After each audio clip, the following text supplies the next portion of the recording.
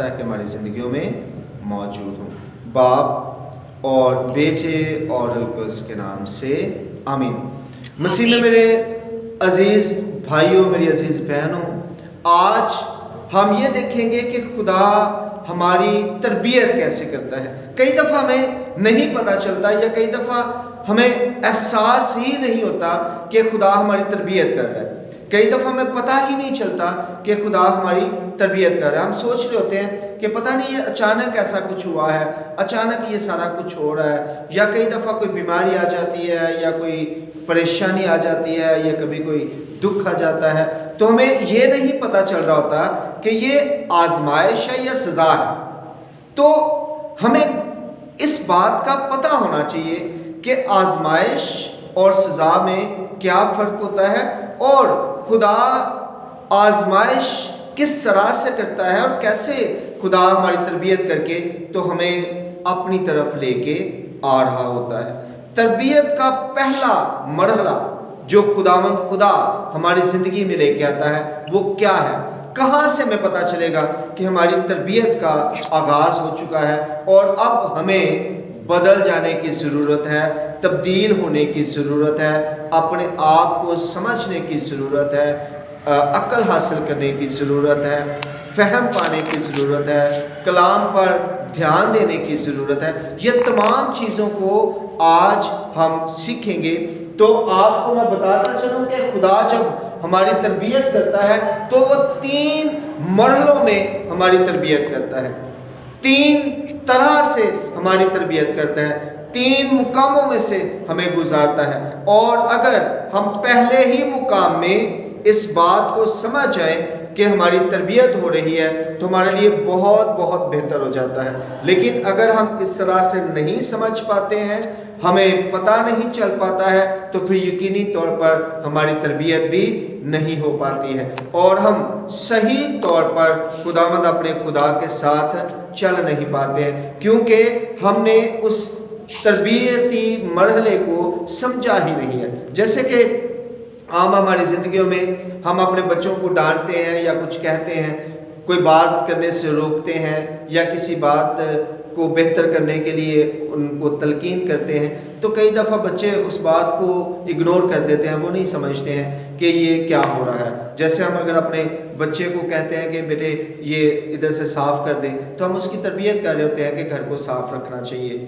اور اسی طرح سے اور بہت سے معاملات ہوتے ہیں جن میں ہم اپنے بچوں کو کچھ کہہ رہے ہوتے ہیں، لیکن وہ کئی دفعہ ان باتوں کو جو ہم انہیں کہہ رہے ہوتے ہیں، جو ہم انہیں سمجھا رہے ہوتے ہیں، وہ پراپر طریقے سے سمجھ نہیں پاتے ہیں، انہیں پتہ نہیں چل رہا ہوتا کہ یہ ہماری تربیت ہو رہی ہے۔ اور اگر ہم نے ان چیزوں کو اڈاپٹ کر لیا، اگر ہم نے ان چیزوں کو اپنی زندگی میں رکھ لیا، تو ہمارے لیے آگے چل کر بہت سی بہتریاں ہونے والی ہیں۔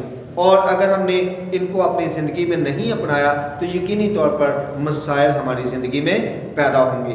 تو اسی طرح سے خدا بھی ہمارے ساتھ کرتا ہے۔ خدا ہمیں پہلے ایک طریقے سے تربیت کر کے ہمیں بتا رہا ہوتا ہے کہ ابھی آپ کو بدل جانے کی ضرورت ہے، آپ کو اپنی زندگی میں ان چیزوں کو اپنانے کی ضرورت ہے۔ اور جب ہم ان تمام چیزوں کو نہیں اپنا پاتے ہیں تو پھر خدا دوسرے طریقے سے ہماری تربیت شروع کر دیتا ہے، اور اگر ہم دوسرے طریقے سے بھی تربیت کو قبول نہیں کرتے ہیں تو پھر تیسرا طریقہ آ جاتا ہے۔ تو آج پہلے ہم پہلے طریقے پہ بات کریں گے۔ پہلا طریقہ ہے انتباہ کرنا، انتباہی تربیت، جس میں خدا ہمیں وارننگ دے رہا ہوتا ہے۔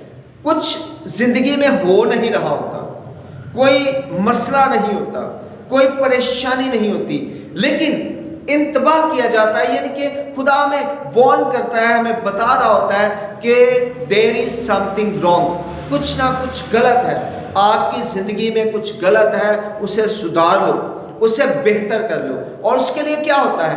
آپ کو کیسے پتا چلے گا کہ یہ ابھی ہماری تربیت کا پہلا مرحلہ سٹارٹ ہو گیا؟ تو اس میں ہوگا یہ کہ اچانک سے ہی آپ کو لگے گا کہ یہ دل نہیں لگ رہا، کہیں پہ من نہیں لگتا، چرچ جاؤں تو چرچ میں جا کے بھی سکون نہیں ملتا، بائبل پڑھوں تو بائبل پڑھنے کو جی نہیں چاہتا، دعا میں ٹھہروں تو دعا کرنے کو دل نہیں کرتا، میرا کہیں دل نہیں لگتا ہے، مجھے کہیں خوشی نہیں ملتی ہے. میں چاہے کسی بڑی محفل میں چلا جاؤں, میں چاہے کسی چھوٹی محفل میں ہوں, میں چاہے اپنے بچوں کے ساتھ ہوں, میں کسی پارک میں چلا جاؤں, میں کہیں پہ بھی چلا جاؤں, مجھے سکون نہیں مل رہا. پتہ نہیں کیا ہو گیا.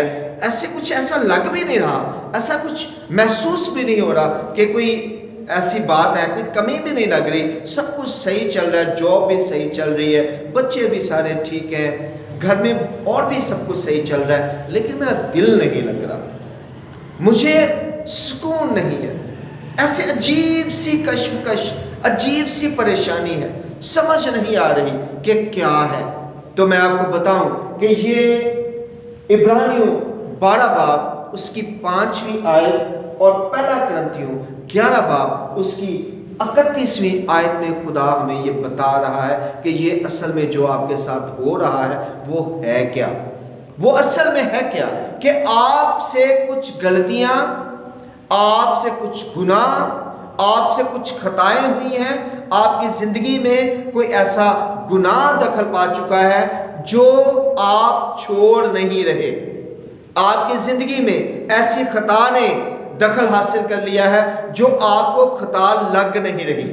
آپ کو پتہ نہیں چل رہا کہ آپ غلطی کر رہے ہیں, آپ کو پتہ نہیں چل رہا کہ آپ گناہ کر رہے ہیں. آپ کو لگ رہا ہے کہ میں بالکل رائٹ ہوں, میں بالکل ٹھیک کام کر رہا ہوں, کسی طرح کی کوئی ایسی بات نہیں ہے. آپ کو سب کچھ ٹھیک لگتا ہے, اور اس دوران میں خدا پھر آپ کی زندگی میں اس طرح کی بات کو لے کے آتا ہے کہ سکون نہیں مل رہا, آپ پریشان ہیں, آپ عجیب سے رنجیدہ ہیں, اور آپ کو دل میں کچھ ایسا چل رہا ہے, عجیب سا چل رہا ہے, اور آپ پھر اس کو نہیں سمجھ پا رہے. تو خدا آپ کو آج یہ سمجھانا چاہتا ہے کہ جب کبھی بھی آپ کی زندگی میں ایسا لمحہ آئے اور آپ کو یہ لگے کہ آپ کو سکون نہیں مل رہا, نہ چرچ میں سکون ملتا ہے, نہ بائبل پڑھنے میں, نہ دعا کرنے میں دل نہیں لگتا, ان باتوں میں کسی بھی اس طرح کی بات میں, کسی بھی اس طرح کے کام میں آپ کا دل نہیں لگ رہا, تو سمجھ آئیے کہ اب خدا نے آپ کو وارننگ دے دی ہے. خدا نے آپ کو بتا دیا ہے وہ آپ سے پیار کرتا ہے. اس نے آپ کو بتا دیا ہے کہ میں آپ سے پیار کرتا ہوں, میں آپ کو وارن کر رہا ہوں.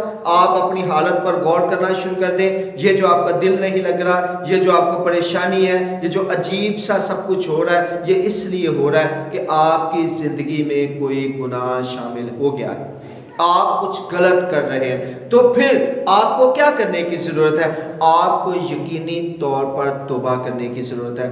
آپ کو پریس کے پاس جانے کی ضرورت ہے. آپ کو اسے کہنے کی ضرورت ہے کہ آپ میرے لیے دعا کریں کہ خداوند میرے گناہ مجھے معاف کرے. مجھے نہیں پتہ چل رہا, خدا کی نگاہ میں کوئی گناہ ہے اور شاید میری نگاہ میں وہ غلطی یا گناہ نہ ہو. مجھے نہیں پتہ چل رہا کہ کون سا گناہ ہے, کون سی ایسی بات ہے جو خدا کو ناپسند ہے, کون سا ایسا کام ہے جو میں کر رہا ہوں اور خدا کو وہ قطعی پسند نہیں ہے. تو میرے لیے دعا کریں کہ خداوند مجھے مضبوطی عطا فرمائے. پھر آپ دیکھیے گا کہ آہستہ آہستہ آپ کی زندگی میں سکون داخل ہونا شروع ہو جائے گا. آپ غور کرنا شروع کر دیں. جب آپ بالکل اکیلے ہوں, بالکل بیٹھے ہوئے ایک جگہ پہ تنہا, تو آپ وہاں پہ کانسنٹریٹ کریں, پورے طور پر سوچنا شروع کریں کیا ہے, کہاں پہ غلط ہے. ایک ایک عمل پر غور کرنا شروع کریں. ضرور خدا کا پاک روح آپ کو ہدایت کرے گا کہ فلاں جگہ پہ غلطی ہے, اسے سدھار لیں. تو یوں آپ کو اپنی غلطی کا احساس ہوگا اور آپ اس غلطی کو سدھارنا شروع کریں گے. نہ کہ آپ کو اگر سکون نہیں مل رہا, آپ کو پریشانی ہو رہی ہے, تو آپ سوچیں کہ چلو تھوڑی دیر کی پریشانی ہے, اس کے بعد یہ سارا کچھ صحیح ہو جائے گا. ہوتا رہتا ہے, کئی دفعہ بندہ پریشان ہو جاتا ہے, کئی دفعہ بندہ دکھی ہوتا ہے, کئی دفعہ بندہ رنجیدہ ہو جاتا ہے. یہ تو موسم ہے, یہ تو زندگی ہے, اس میں یہ سارا کچھ چلتا ہے. اس کو اگنور نہیں کرنا. خدا کا کلام کہتا ہے کہ اس کو اگنور نہیں کرنا, اس حالت کو اگنور نہیں کرنا, بلکہ اس حالت پر آپ نے دھیان دینا ہے. اس حالت پر آپ نے غور کرنا ہے, آپ نے سوچنا ہے کہ کہاں پہ کیا پرابلم ہے کہ مجھے ایسا فیل ہونا شروع ہو گیا ہے. کون سی ایسی بات ہے کہ جس کی وجہ سے مجھے ایسا کچھ لگ رہا ہے، اس وجہ تک آپ نے پہنچنا ہے، اس ریزن کو فائنڈ کرنا ہے، اور پھر اس کے بعد آپ یقینی طور پر اس حالت سے دوسری حالت میں آ جائیں گے، اور خداوند آپ کی زندگی میں سکون لے کے آئے گا، کیونکہ وہ تو چاہتا ہی ہے۔ یسوع مسیح نے فرمایا میں اپنا اطمینان تمہیں دیے چاہتا ہوں۔ اس کا مطلب ہے وہ تو چاہتا ہی ہے کہ ہماری زندگی میں اطمینان ہو، ہماری زندگیوں میں سکون ہو، ہم پرسکون زندگیاں بسر کریں، مسائل نہ ہوں، پریشانیاں نہ ہوں۔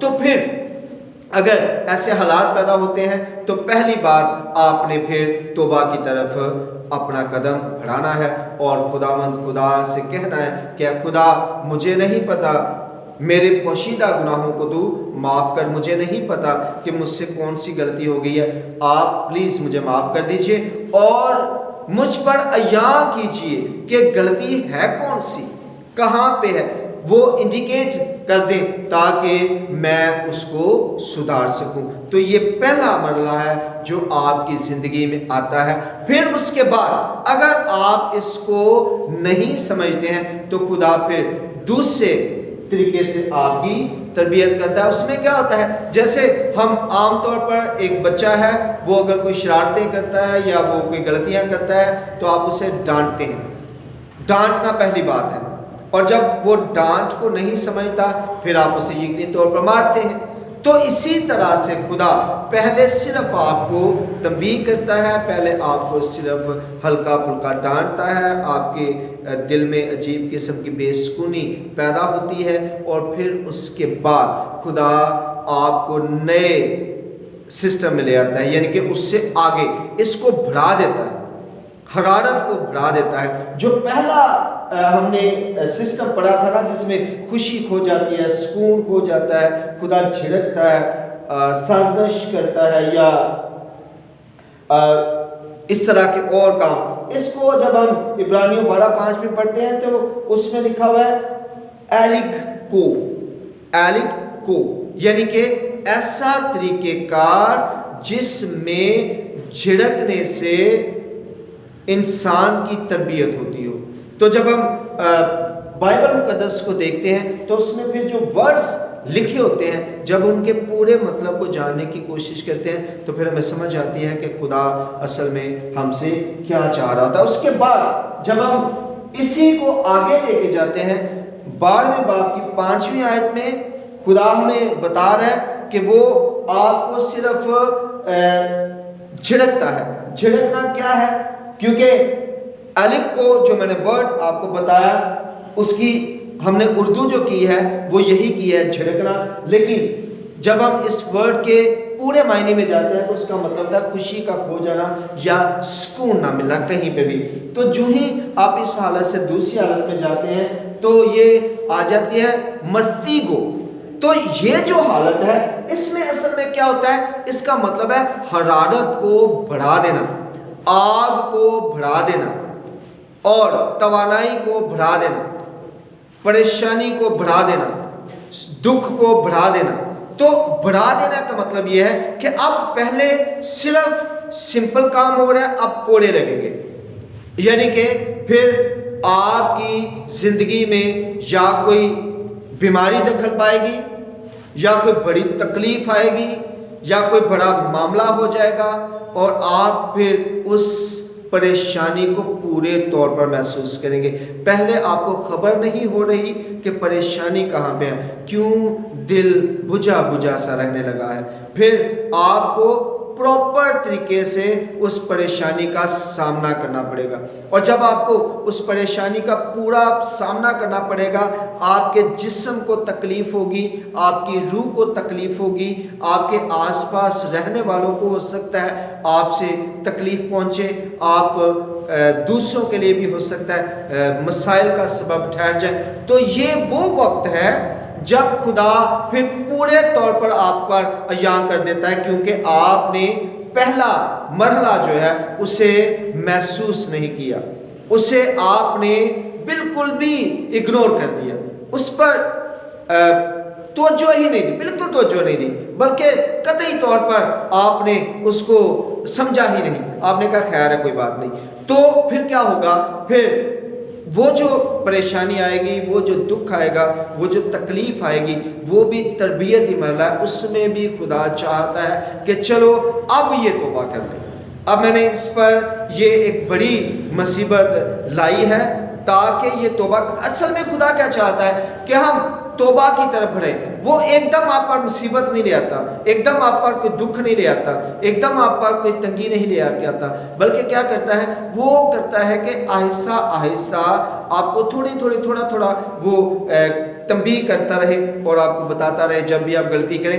کئی دفعہ آپ دیکھیں، آپ ایسے ہی جب ہی آپ غلطی کرتے ہیں، ایک دم یہاں پہ کچھ کلک ہوتا ہے اور آپ کو کوئی کہہ رہا ہوتا ہے کہ نہیں یو آر رانگ، یہ آپ ٹھیک نہیں کر رہے، آپ کو یہ نہیں کرنا چاہیے۔ تو وہ جو پہلا مرحلہ ہے اسی کو سمجھ لیں، اسی کو جب ہم سمجھ جاتے ہیں تو ہم تربیت کے پہلے مرحلے میں ہی معاملات کو سمجھ کر توبہ کی طرف بڑھ کر اپنی زندگی کو خداوند کی پاک مرضی کے مطابق گزارتے ہیں۔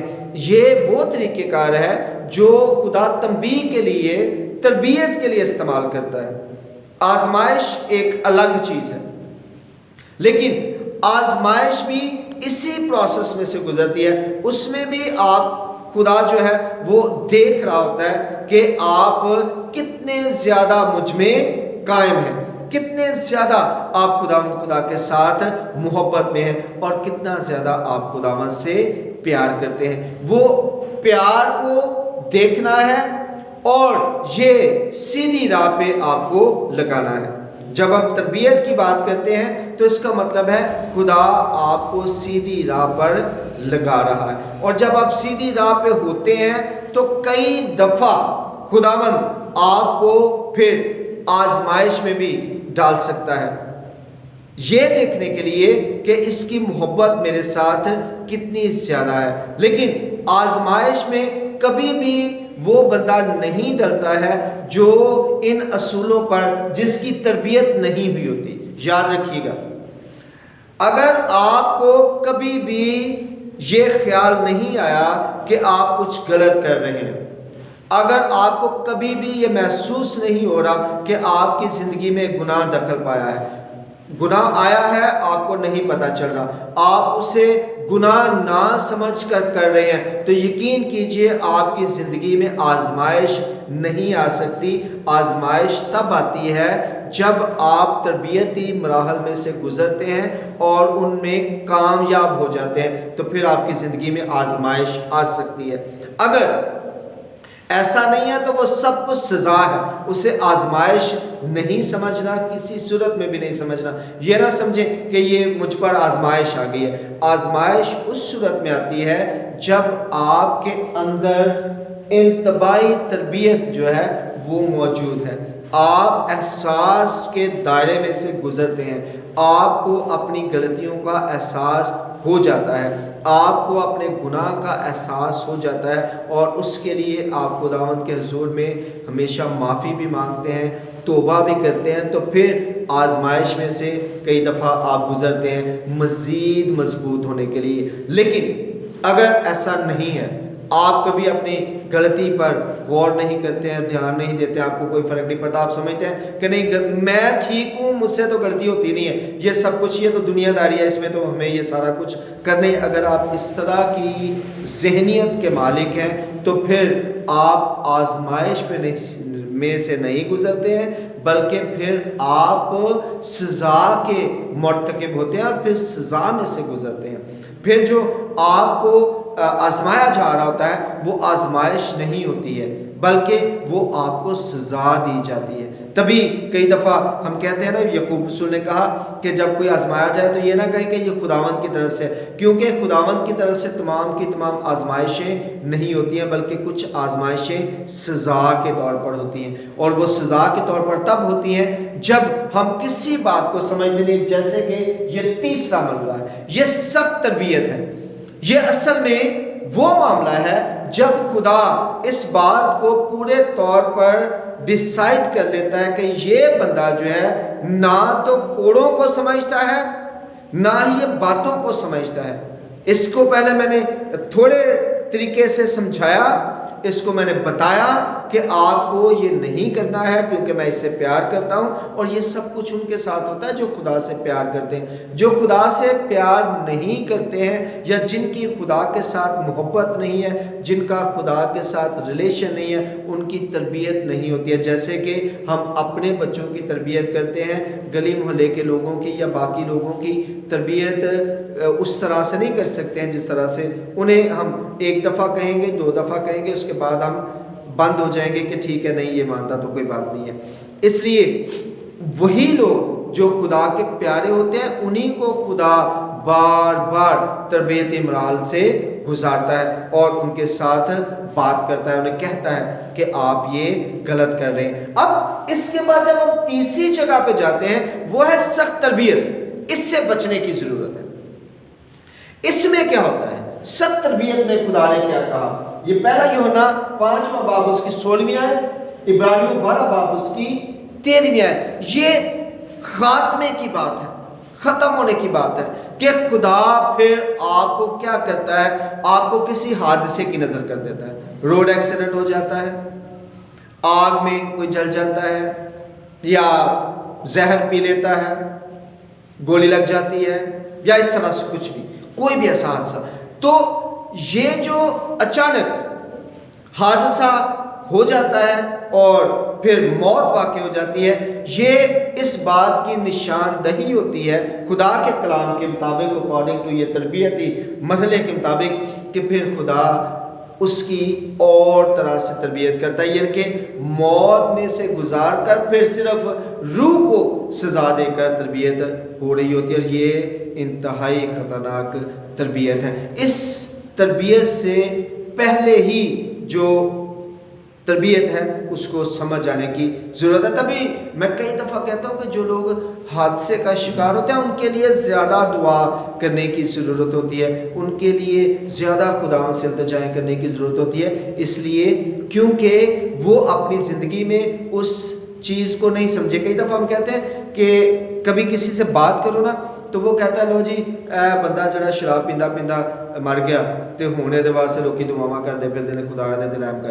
اصل میں کیا ہے کہ اس کی تربیت ہوتی رہی، لیکن وہ کسی صورت میں بھی خداوند خدا کی پاک مرضی کے مطابق زندگی گزارنے کے لیے تیار نہیں ہے، حالانکہ خدا اسے پیار کر رہا ہے، حالانکہ خدا چاہتا ہے کہ یہ اس کی مرضی پر چلے، لیکن وہ نہیں چل رہا، تو پھر موت میں سے گزر کر خداوند پھر اس کی آگے جو سزا ہے وہ روح کو ملنا شروع ہو جاتی ہے۔ اس لیے پھر ہمیں اس کے لیے زیادہ دعا کرنے کی ضرورت ہوتی ہے کہ اے خدا اس کی روح پر رحم کر۔ ہمیں اصل میں ان تمام معاملات کی اس طرح سے کئی دفعہ سمجھ نہیں آ پاتی ہے، اور خدا چاہتا ہے کہ ہم ایک ایک بات کو پورے طور پر سمجھتے ہوں، پورے طریقے سے سمجھتے ہوں۔ تبھی حضرت داؤد کہتے ہیں کہ اے خدا مجھے آدھی عمر میں نہ بھلا، یعنی کہ مجھے میری پوری عمر جتنی ہونی چاہیے اتنی مجھے عطا کر، تاکہ میں پوری عمر یہاں گزار کر تیرے پاس جاؤں۔ اور یہ ایک ایسی دعا ہے جو ہماری زندگی میں ہمیشہ شامل رہنی چاہیے، اور ہمیں اپنی زندگی میں اس بات کو ہمیشہ یاد رکھنے کی ضرورت ہے کہ مجھے خدا جب تنبیہ کرتا ہے، جب خدا مجھے کچھ سزا دیتا ہے تو مجھے اسی وقت اپنی زندگی کو بدل لینے کی ضرورت ہے۔ پھر جب آپ اپنی زندگی کو بدلیں گے آپ دیکھیں گے کہ آپ کی زندگی میں آسانیاں پیدا ہونا شروع ہو جائیں گی۔ ہو سکتا ہے وقتی طور پر آپ کو لگے کہ کوئی تبدیلی نہیں آئی، کوئی آسانی پیدا نہیں ہوئی، میں نے ایسے ہی اپنے گناہوں سے کنارہ کر لیا ہے، میں نے ایسے ہی یہ سارا کچھ صحیح کرنا شروع کر دیا، لیکن ایسا نہیں ہے۔ وہ وقتی طور پہ ہو سکتا ہے آپ کو محسوس نہ ہو، لیکن آہستہ آہستہ آپ کو اس بات کا اندازہ ہوگا کہ آپ پہلے سے زیادہ پرسکون ہیں، آپ پہلے سے زیادہ آرام میں ہیں۔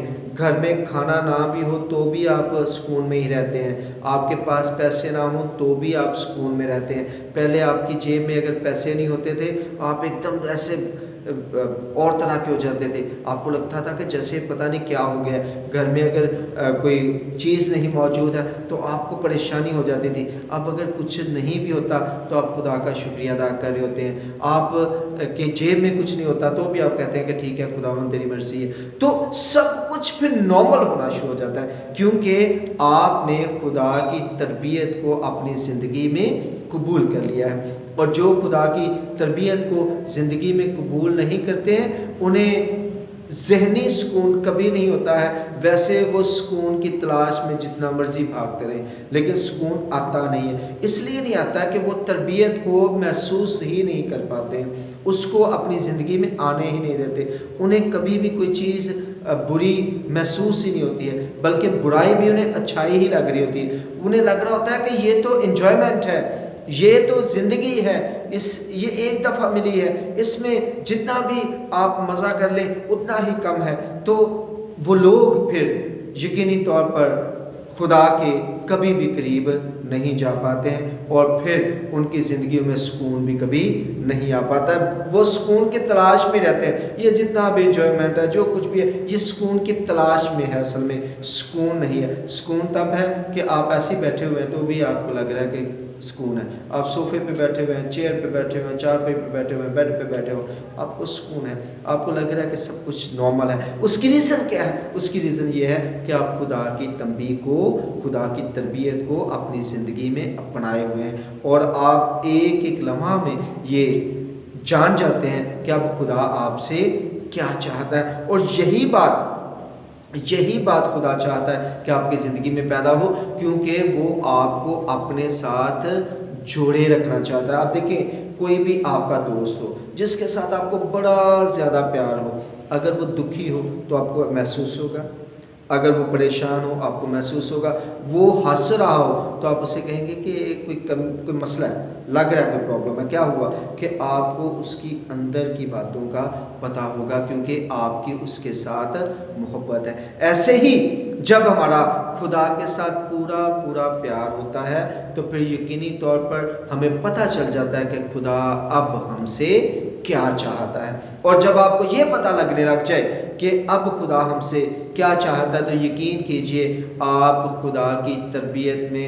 100% ٹھیک ہیں اور آپ بالکل رائٹ بات پہ چل رہے ہیں, آپ سیدھی راہ پہ چل رہے ہیں, سیدھے راستے پہ چل رہے ہیں. اور آپ کو پھر اس صورت میں ہمیشہ خداوند کا شکریہ ادا کرنے کی ضرورت ہے کیونکہ یہ صرف انہی کے ساتھ ہوتا ہے جن سے خدا محبت کرتا ہے. خدا کرے کہ ہمیں آج اس بات کو سمجھنے میں آسانی ہو جائے, جب کبھی بھی ہم کسی بھی ٹرائل میں سے گزریں تو ہمیں یہ پتہ ہو کہ اصل میں یہ کیا ہے, یہ تربیت ہو رہی ہے یا سزا مل رہی ہے یا ہم آزمائش میں سے گزر رہے ہیں, تاکہ ہم اس سارے معاملے کو سمجھتے ہوئے اپنی زندگی کو بدلنے کا موقع پا سکیں.